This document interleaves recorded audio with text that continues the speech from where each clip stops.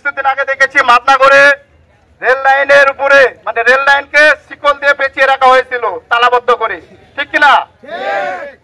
যারা এইসব নাশকতা করার চেষ্টা করেছে তারা বিগত দিনে নাশকতা করেছে।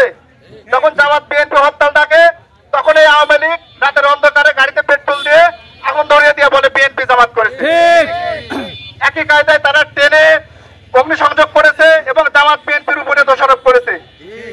সেই একই কায়দায় আবারও তারা দেশকে একটা নৈরাজ্যের দিকে ঠেলে দেওয়ার জন্য তারা মাদনাগরে যে কাজ করেছিল, যদি আল্লাহ না করুক যদি একটা ট্রেন দুর্ঘটনা হতো তাহলে শত শত মানুষ মৃত্যুবরণ করত। এই দায় কে নিত? আওয়ামী লীগ তো নিবে না, যার জন্য শেখ হাসিনা পালিয়ে গেছে ভারতে। সে যদি দায় নিত তাহলে সে যদি বাপের বেটি হতো এই দেশে থাকতো। তার মধ্যে আছে চোরের ভয়, সে তো চোর, বাপ ছিল কম্বল চোর, বেটি হলো গম চোর। এই চোর শেখ হাসিনা জনগণের ভয়ে হেলিকপ্টারে করে এই দেশ ছেড়ে পালিয়ে গেছে। শেখ হাসিনা কোনোদিন এই দেশে আসতে পারবে না ভাইরা আমার।